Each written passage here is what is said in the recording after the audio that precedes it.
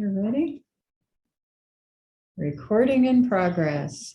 So we're official, we're live, we're on the air. This is session for you. That was yesterday. For Namaste Village in Ajijic, Mexico. Welcome.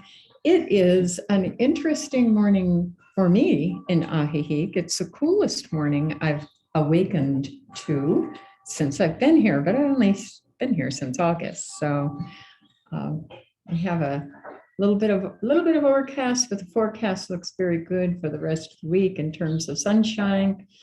I can't imagine exactly what's going on across the US. I checked my home, my previous home in Alaska, and made me so happy that I was getting up to about 48 degrees here because it's not that there by a big margin. So good morning. Let's just take a moment to arrive, to take a deep breath and recognize gratitude. Gratitude for being and gratitude for experiencing that which is unfolding every second, every moment of our life. Being open and present and aware that we are open and present.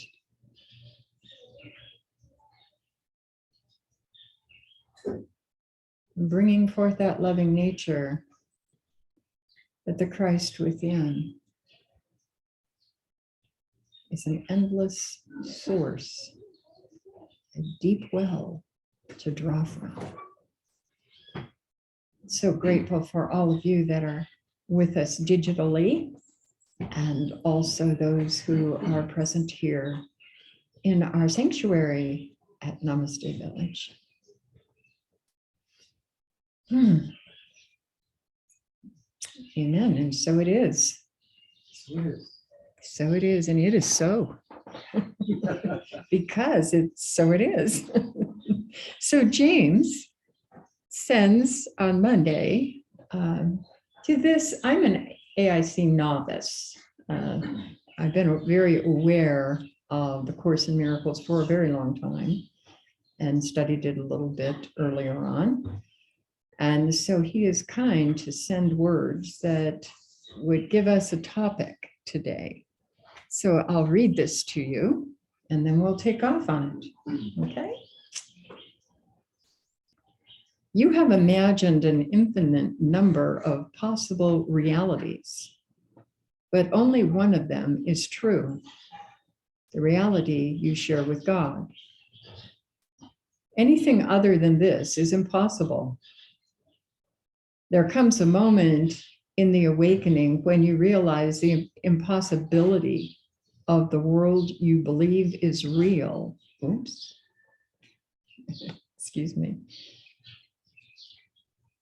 And when this happens, you'll never be able to entertain illusions again. You entertain them now because you refuse to see them as illusory. You still believe that if you give illusions your entire strength and believe you can make them real, you cannot.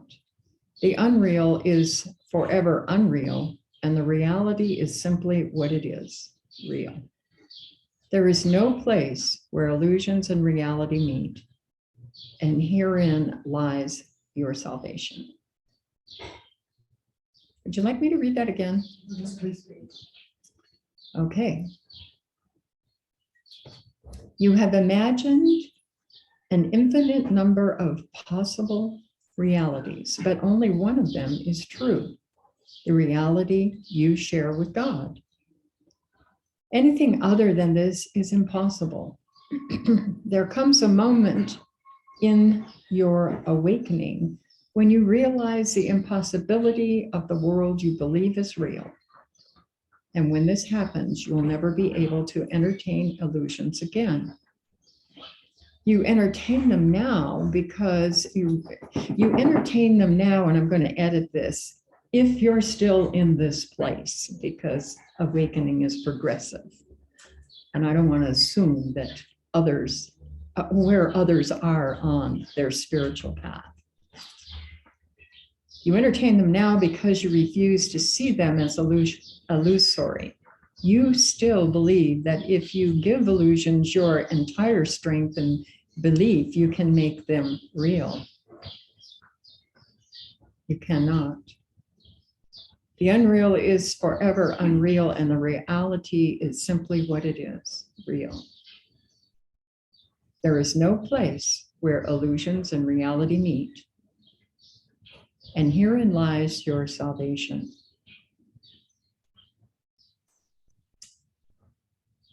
I think this is kind of loaded.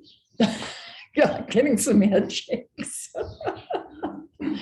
And I really want to go to people who are far more developed in this area of processing, thinking, of awarenesses. I'd like to go to Vicky and Calico and Teddy. I do have some thoughts, but I want to share them with you as they become more formative in my mind. Vicky, would you like to grab hold of this, dear, and go forward? Oh, thank you. Good morning, and good morning to everyone. And you know, Jimmy's giving us loaded posts here, but you know, I know, huh?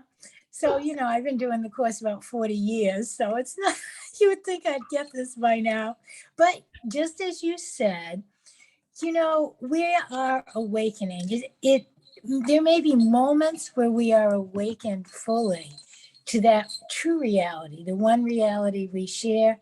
And those moments are revelatory, and they set us with a high bar to experience, to know that there is a reality beyond what we have focused on here in time and space.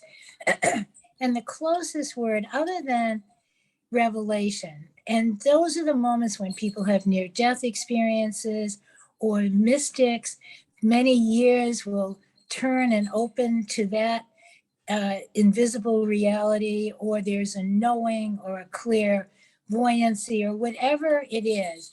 In the Course in Miracles, it's called a holy instant, where we turn from visible to the invisible, and we ask that fill our awareness and our willingness to let the invisible fill our awareness. We give it recognition and we give it our will, so that we can come into a gradual or a sudden experience.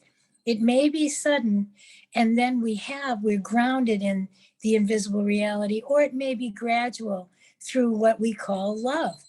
And I'm going to go there because that's really what most of us have been given, a gradual awakening through the experience of love.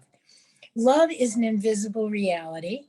It is what reality is, and we can tap into it in the most ordinary ways. And the gift that we have here in time is that as we tap into love in simple ways, in ordinary ways, we are tapping into our own divinity. The secret and the simplicity is that we base everything only on love. Not on love sometimes, not on situations we like and people that please us, but always base everything on love rather than on judgment. Time and space is made up of judgment, of good and bad and up and down. And like Calico was saying the other day, but if we could base everything on love, on what's eternal, we would find ourselves more in this, what you called awakening experience. We will be awakened through love. So if we are sick, it's because we don't love ourselves. That's as simple as it is. Jesus puts it in a bottom, that's the basic idea. Those who are sick do not love themselves. We must learn to love ourselves. Now, learning to love ourselves sounds like a simple thing, but it isn't always that simple, as we all know. So we have to start wherever we are and love what we can love easily. What we give recognition to is nurtured and blossoms and grows in us. So if we love the sunshine, if we love the birds, if we love our pets, if we love a friend, if we love a glass of wine, but whatever we can put our attention on in a state of love broadens and awakens our own awareness of our divinity. And that's what awakening is. Awakening is coming to the realization that we are the same as Jesus. We are coming to that same consciousness. That consciousness is love. And if we see that we're not loving ourselves, then the direct approach is to enter into love wherever we can and love the day we're in, the ones that are in front of us, the things we're given to do. Do what we can do with a generous spirit of love, because love is the bottom line, no matter what our experiences are. If we've had revelatory experiences from here to kingdom come, or we've had none, when we open to love, our hearts open, our own divinity rises into our awareness as the love that we are. And it's a self-fulfilling way of life. The more we love, the happier we are. You would think because we get happy, we would stick with it, wouldn't you? But we fall off the wagon because what we have loved, or what we have idolized, I would say, is self-will and independence. And what love is exactly not that.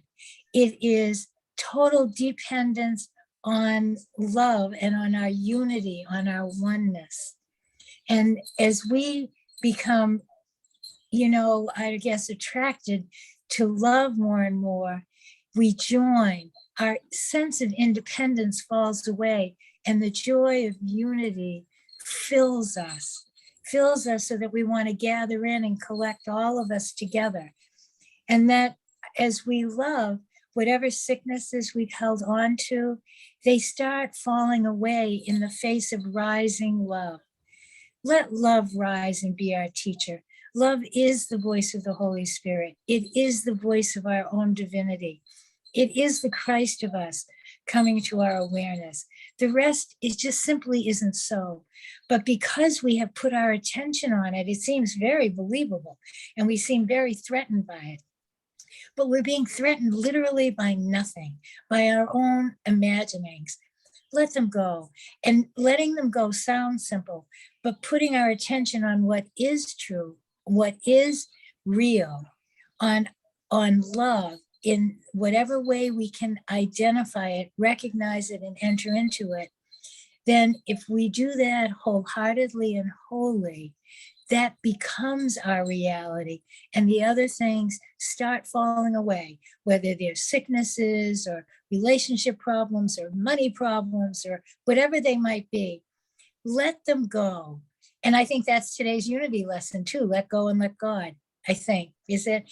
Let them go, because God is love. Give all our attention to God in the presence of love, and the rest will be given back to us by grace. It is our Father's good pleasure to give us everything here, even in time and space in the dream. But let it be given by grace and not grasped for by self-will and a sense of independence. Our unity and our dependence on love and on the Spirit is where our real strength is and where reality is. So Thank you, thank Vicky. you, dear Reverend. Well, I appreciate that so much. And I appreciate you bringing up the daily word, because I think it might be worthy of reading as well. The first sentence strikes me anyway, that it fits right in. Let go and let God. I let go and grow in spiritual understanding and faith. Growing in spiritual understanding is the journey of a lifetime. It means becoming aware of who I am as a divine being and bringing that awareness to my daily life. Sounds simple, huh? When we read the daily word, and maybe it is simpler for some than others. My understanding deepens as I let go of fears and outworn beliefs. I let go of any past mistakes or poor decisions, and I try to be grateful for the lessons I have learned. And I let go and I grow. And I release the past and embrace the present. I can more easily discern the presence of God in all things. With faith and trust, I relax into a future that is unfolding as gently as a flower in bloom. Just as I have let go of the past, I also let go of the future. I surrender to God within by being fully present, heeding my guidance through the fullness of my presence and attention. It was inspired by Psalm 62:8. Trust in him at all times, O people. Pour out your heart before him. God is a refuge for us. You know, both what James sent and what is written here reminds me of a time, and I think I shared it at one point since I've been here at Namaste, that when I left Alaska, I really think that was the point of beginning of my awakening. Everything else was school was in session. Everything else was lessons. And some of them, we all have lessons, our lifetimes are lessons. That's the growing of our soul. And they can be pretty tough. And when I stepped out of victim mode, was when I got behind the steering wheel of my car in Anchorage, Alaska, and said, and I shared this with you, I really said a prayer. I said, I've been in this driver's seat for all these years. I'm moving over. Dear God, please take the wheel. And I am your passenger. I am a willing participant, but you show the way and let me understand that you are showing the way. And I thought I was leaving Alaska to go to Oregon to be an art therapist, to be in graduate school for art therapy. Interestingly enough, that changed while I was on the campus. And I was invited to come to the religious studies program and open up my understanding of faith, religion, spirituality. Wonderful people in that program. I had lunch with them while I was working on the campus. I would see them on the weekends, and they invited me to lunch. And before you know it, I applied for their program. Changed my life. And I believe it really changed when I said that prayer in the parking lot, leaving Anchorage, Alaska. So, and then the journey continued. It wasn't that the first part of the journey wasn't valuable, because it set the tone and the realization. But the one thing that triggered in me that I really got the understanding was it's a lesson from 12-step program. The more you do the same thing over and over again and expecting a different outcome ought to be a clue. And it was. I finally got it. So that was the realization for me. And that, I believe, is when I stepped in to the reality of wanting to walk in tandem, walk in tandem with Jesus, actually, is a wonderful vision for me, because there are such marvelous, wonderful teachings that he shared with us on this side and from the other side. So that being said, thank you for allowing me to share that. I wonder, Vicki, if you want to add on and say more, or and if you don't, we'll go to Calico. Yeah, go to Calico, and thank you for sharing that story. That story says volumes. Thank you. Thank you. Calico, good morning again. Good morning again, Catherine, and thank you for leading the meeting. I was just thinking, Vicki, you make love sound so easy. And, it's, that lesson in ACIM is I give everything all the meaning that it has. And I work on this daily. all the time. All the time. And I know when I need to work on something is when I have a thought that sees error or something wrong or something right. And I immediately just pause in my thinking and clear the belief, because the only time I can get hooked is if I'm believing something. And believing something to me is my I know mind is right there going, telling me exactly what's going on, what they're thinking, why people are doing things. And the correction for me is to just stop and go into prayer and know that, I was an error seeking machine for most of my life. I looked for errors. And then I would just dwell on them in my mind. And then they become bigger and bigger and bigger. And the reality is, whatever you think in your mind over and over and over and over again, it gets bigger. And when I made a decision to stop seeing error, then it was humbling, because all I saw was error. And it was like, that's what drove me in this whole process of retraining my mind, because that's really that's all I do anymore is retrain my mind. It's the only thing I have any sense of control over. And the only thing I have any desire to even talk about is whatever is attempting to take over my mind, except if it's love. And when it's love, I'm just in a place of peace. I enjoy looking at butterflies and feel the sunshine or feel the rain or whatever. But if I'm hooked on some judgment, this person is wrong. And from my own life experience, one of the ones that's most profound for me is I didn't like angry men. I just did not like angry men. And so what I usually did with it was push them away and just go, I'm not dealing with this. They're angry. I'm not dealing with them, which is a push away. That's not learning how to love. That's my ego going into push away mode, which is where I spent most of my life. And when I really took on, loving angry men, and I'll just say for me, oh God, after I went to Africa, many things changed after Africa. And I was, up until that point, was a lesbian. And while I was in Africa, I started looking at this decision to be a lesbian was just a giant form of push away. I didn't want to deal with men because they'd eventually get angry and I didn't want to deal with them. So I thought, oh, just love women.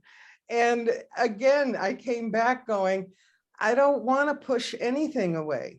I don't want to push anything away. I want to see it and I want to clear it completely. And I know when I've cleared something because I don't think about it. I don't give it a second thought. I can be around angry men right now and it doesn't even land, what I see is someone asking for help.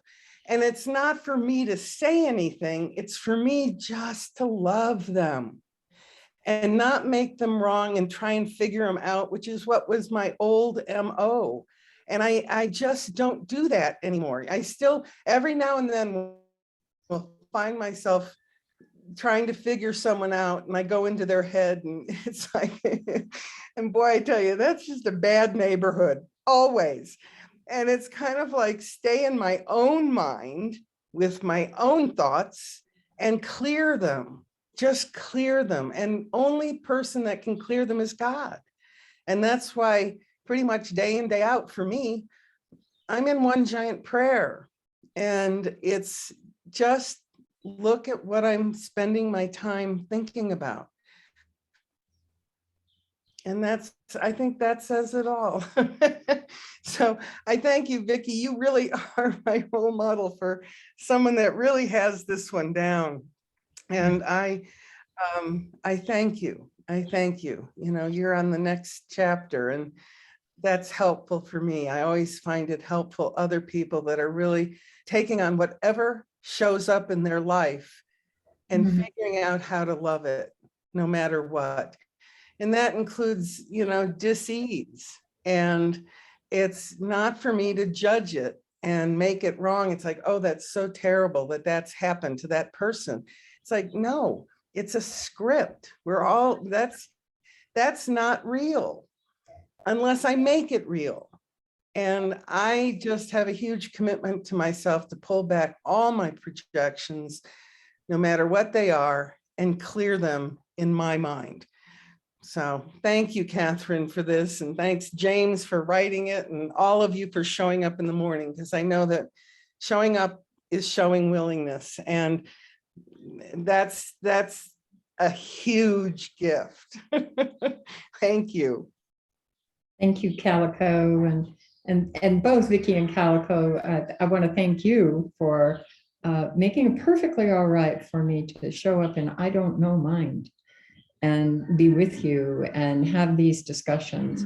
There's always a takeaway. There's always something valuable. And Calico, your story is just moving to me. I mean, your comments, very helpful to many, as always yours are too as well, Vicky.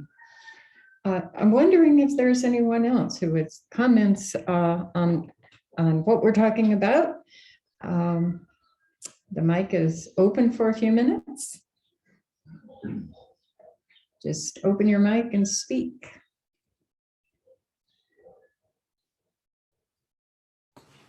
Hello. Hi, everybody. Hey.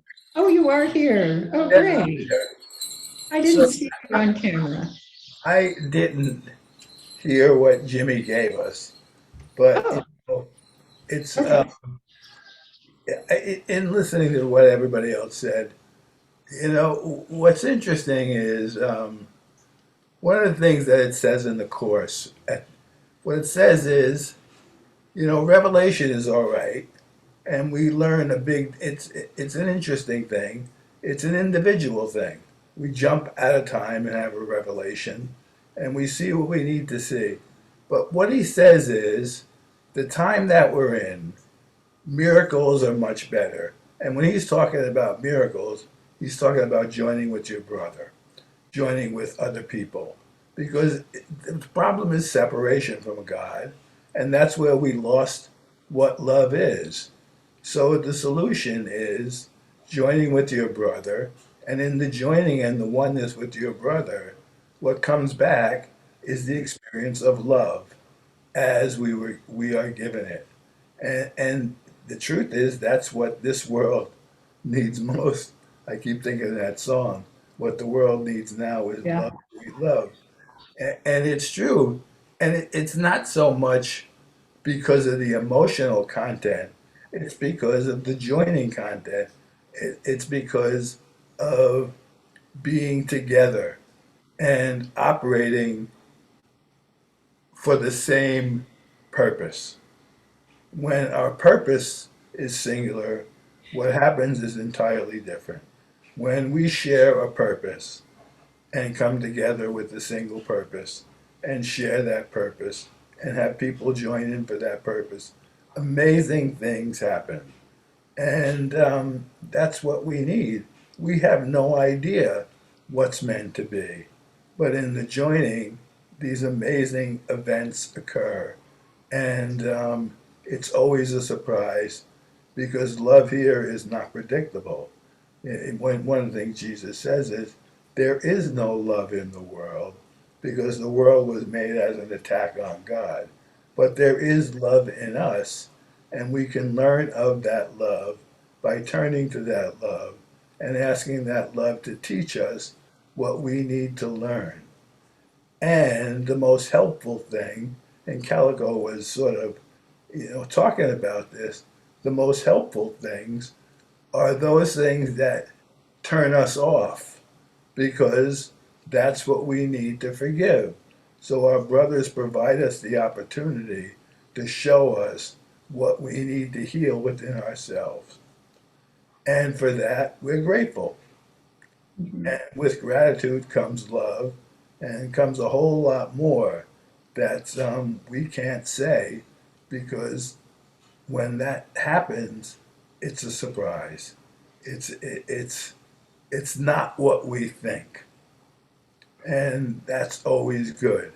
It's not what we think's going to happen, because that's what goes on in the condition of duality. What happens is what we think, and it happens over and over again. And there's no, in a sense, let's call it growth that way. And so, what we do need is to allow ourselves to experience love, but not the way we think, the way it's meant to be given to us. And that comes with joining with our brother. We could have experiences of total love and there being no world, but we find ourselves back here for a purpose, and the purpose is always forgiveness. So we need to learn to utilize what's given, even what we think is, you know, against love. We need to learn to utilize everything that's given so that we can learn what love is. And in that, we are preparing ourselves for our journey back to the reality where there is only love. And that's what we're here to do. Hmm. Well, Teddy, thank you. My mind is just really loving everything you said, in the sense that, you know, we live in community here, and I'm sure, well, I'm not sure of anything. However, there are those times we get opportunities, and they're really opportunities when we engage with each other. And I know for me, it kind of starts someplace in here. I go, I'm feeling a little uncomfortable with this, you know. And I think the skill that and the muscle for that is self-observation. It's not other, it's not the other person. Here we have the opportunity to self-observe and go, how do I really want to be with this? Do I want to carry this? Do I want to, you know, really work on it in my interior? Do I want to get all, just all uncomfortable with it? Or do I want to settle in and look at it and say, okay, this, you know, means that you're uncomfortable. What's uncomfortable about this? What's going on within you that you feel out of the context of love with that individual or that group? And how do I get back to where I can be in harmony in that situation?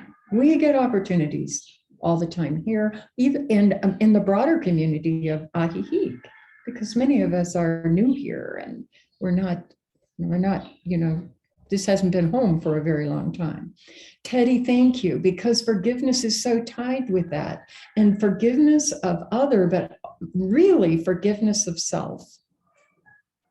When we can forgive ourselves, which I think is one of the hardest tasks in this humanness, is instead of ruminating over and over, I should have, I would have, I could have, enough. Thank you very much, choir.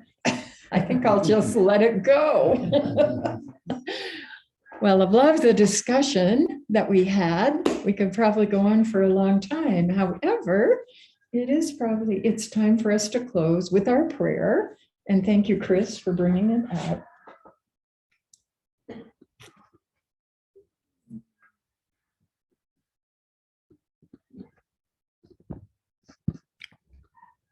James will be back tomorrow from remote. And we say for today, we love you, appreciate you, and see the Christ light in you. So let's start our prayer. The light of God surrounds us I am the light of God. The love of God unfolds us. I am the light of God. The power of God protects us. I am the power of God. The presence of God watches over us. I am the presence of God. Wherever we are, God is, and all is well. Amen. Happy Christmas week. Okay. Thank you so much, everyone. I love you all. Thank you. Thank you. Bye-bye you. for now. everyone. Bye. Thank you, Catherine. Namaste. Thank you, Calico.